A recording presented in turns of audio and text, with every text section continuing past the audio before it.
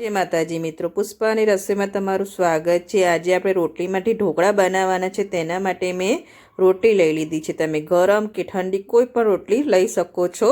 રોટલીના ઢોકળા બહુ ટેસ્ટી બને છે। રોટલીમાંથી બનતી અવનવી રેસીપીઓ મારી ચેનલમાં છે જ, પણ આજે આપણે રોટલીના ઢોકળા બનાવવાના છે। તેના માટે 4 થી 5 રોટલી મેં લઈ લીધી છે। મેં ઠંડી જ રોટલી લીધી છે। જો તમારે ગરમ રોટલી લેવી હોય તો ગરમ રોટલી કરીને પછી તેને ઠંડી કરી લેવાની છે। મેં ઠંડી જ રોટલી લીધી છે। ઠંડી રોટલીમાંથી પણ બને છે અને ગરમ રોટલીમાં પણ બને છે। હવે રોટલીના કટકા કરી લઈશું। પહેલાં આ રીતે કટકા કરી લેવાના છે। બધી રોટલીના મેં કટકા કરી લીધા છે। નાના મોટા કોઈ પણ કટકા તમે કરી શકો છો।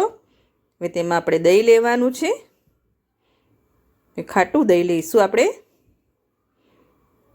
2 થી 3 ચમચી જેટલું દહીં આપણે જરૂર પૂરતું એડ કરવાનું છે। પહેલાં આપણે 3 ચમચી એડ કરીશું, પછી જો લાગે તો ફરીથી એડ કરીશું। 3 ચમચી જેટલું મેં દહીં લઈ લીધું છે। હવે રોટલીને સરસ દહીંમાં પલાળી દેવાની છે।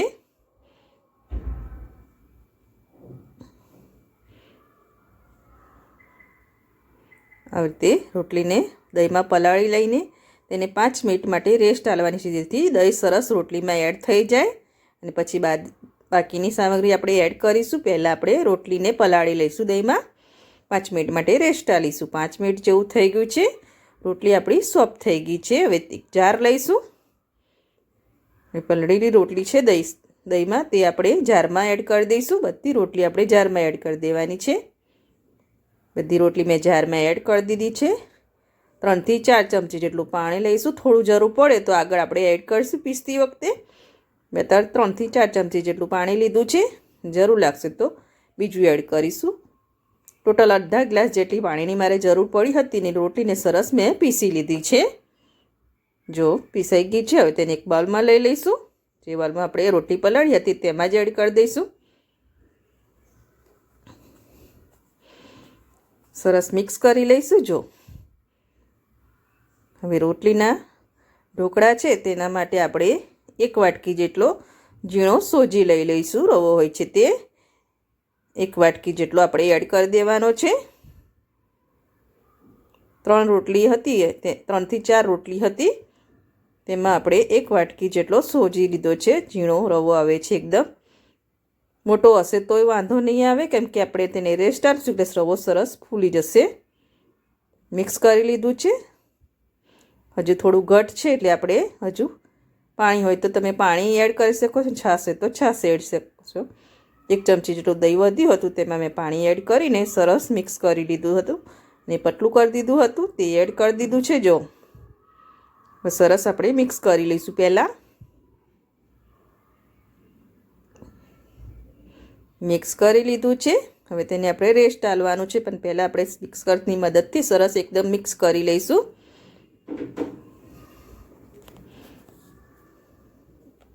એકદમ મિક્સ કરી દીધું છે અને 15 મિનિટે તેને રેસ્ટ આલીશું, જેથી સોજી છે સરસ આપણો ફૂલી જાય। એક ધારી ચલાવી લીધું છે સરસ।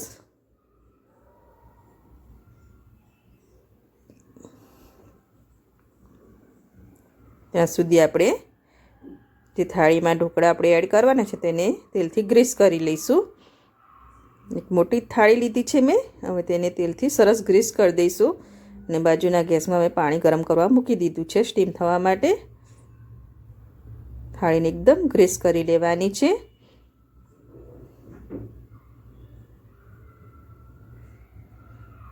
ગ્રીસ થઈ ગઈ છે થાળી। બેટરને પણ 15 મિનિટ જેવું થઈ ગયું છે। બેટર પણ સરસ સોફ્ટ થઈ ગયું છે। જો આ ટાઈમે જો તમારું બેટર થોડું થીક થઈ જાય તો તમે 1 ચમચી જેટલું પાણી લઈ શકો છો। મારે કમ્પ્લીટ થઈ ગયું છે। મેં લસણ, આદું અને લીલા મરચાંને મેં ખલિયામાં ખાડી લીધા હતા, તે લીધા છે। મીઠું લઈ લઈશું સ્વાદ અનુસાર। આપણે રોટલીમાં પણ મીઠું એડ કર્યું હોય છે એટલે તે પ્રમાણે આપણે મીઠું લેવાનું છે। જો બેટરમાં ઓછું નાખવાનું, પછી લાગે તો ફરીથી તમારે એડ કરી લેવાનું, પણ ટેસ્ટ કરીને એડ કરવાનું, કેમ કે આપણે રોટલીમાં પણ મીઠું હોય છે। હળદર લઈ લઈશું અડધી ચમચી જેટલી। મિક્સ કરી લઈશું।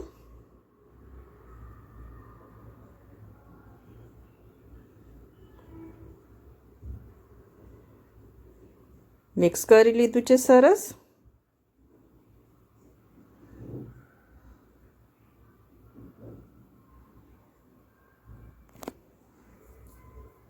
અડધી ચમચી જેટલી ખાંડ લઈ લઈશું. રોટલીના ઢોકળા થોડા સ્વીટ પડતા હશે તો ટેસ્ટી લાગશે. અને આખું જીરું લઈ લઈશું અડધી ચમચી જેટલું. કોથમીરના પાન લઈ લઈશું. મિક્સ કરી લઈશું. કોથમીરના પાનની જગ્યાએ જે તમારે મેથીની ભાજી લેવી હોય તો તે પણ લઈ શકો છો. મિક્સ કરી લીધું છે સરસ. 1 ચમચી જેટલું આપણે તેલ લઈ લઈશું જેથી ખાતી વખતે ઢોકળા આપણે લૂંચા ના વરે. તેના માટે 1 ચમચી જેટલું મેં તેલ લીધું છે. ઈનો લઈ લઈશું. અડધી ચમચી જેટલો મેં ઈનો લીધો છે. તેને એડ કરી દઈશું તેલ ઉપર જ. અને અડધો લીંબુનો રસ લઈ લઈશું. તેને પણ ઈનો ઉપર એડ કરીશું જેથી ઈનો સરસ એક્ટિવ થઈ જાય ને આપણા ઢોકળા સોફ્ટ અને જાળીદાર બને. હવે સતત એક જ ડાયરેક્શનમાં આપણે ચલાવવાનું છે જેથી હવાના કણ ભરાય અને આપણા ઢોકળા સરસ જાળીદાર ને પોચા બને. એક જ ડાયરેક્શનમાં આપણે ચલાવી દીધું છે. થાળી આપણે સ્ટીમ કરવા મૂકી છે તેના પર એને બહાર લઈ લઈશું અને બેટર એડ કરી દેવાનું છે.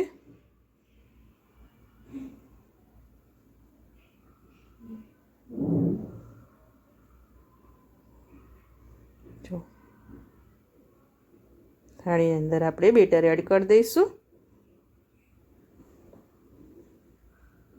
સરસ પાથરી દેવાનું છે. આ ઢોકળા થોડા આપણે પતલી સાઈડના રાખવાના છે. થોડું લાલ મરચું છાંટી દઈશું એટલે મેં થાળી થોડી મોટી લીધી છે.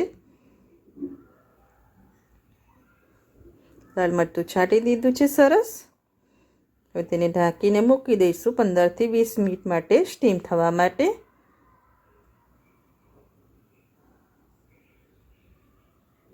પંદર થી 20 મિનિટ થઈ ગઈ છે. ચેક કરી લઈશું.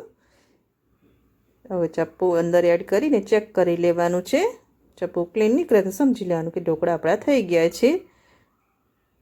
ઢોકળાની પ્લેટને બહાર લઈ લઈશું. એને ઠંડી થવા દઈશું. ઠંડી થાય પછી તેને પીસમાં કટ કરી લઈશું. ઠંડા થઈ ગયા છે. હવે કટ મારી દઈશું. હવે તે કટ મારી દેવાના છે.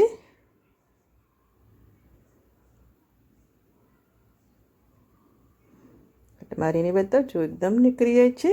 એકદમ ક્લીન થઈ ગયા છે. એક ઢોકળો તમને પીસ બતાવી દો કે કેવો જાળીદાર બન્યા છે અને એકદમ સોફ્ટ. આપણે પાતળી સાઈડના રાખ્યા છે. રોટલીના ઢોકળા થોડા પતલી સાઈડમાં જ રાખવાના છે. બધા ઢોકળા આપણે કાઢીને એકદમ એ કરી દીધા છે. હવે તેના પર આપણે વઘાર એડ કરવાનો છે. જાળીદાર અને એકદમ સોફ્ટ બન્યા છે આપણા ઢોકળા. જો તેના પર વઘાર એડ કરીશું. તેલ ગરમ કરી દીધું છે. હવે રાઈ લઈ લઈશું. એને સફેદ તલથી વઘાર કરી લઈશું. આપણે લીલા મરચાં અંદર ટીચીને જ એડ કર્યા છે એટલે બીજા એડ નથી કરવાના. તમારે જો એડ કરવા હોય તો લીલા મરચાં પણ વઘારમાં એડ કરી દેવાના. આ વઘારને એડ કરી દઈશું. બનીને રેડી થઈ ગયા છે.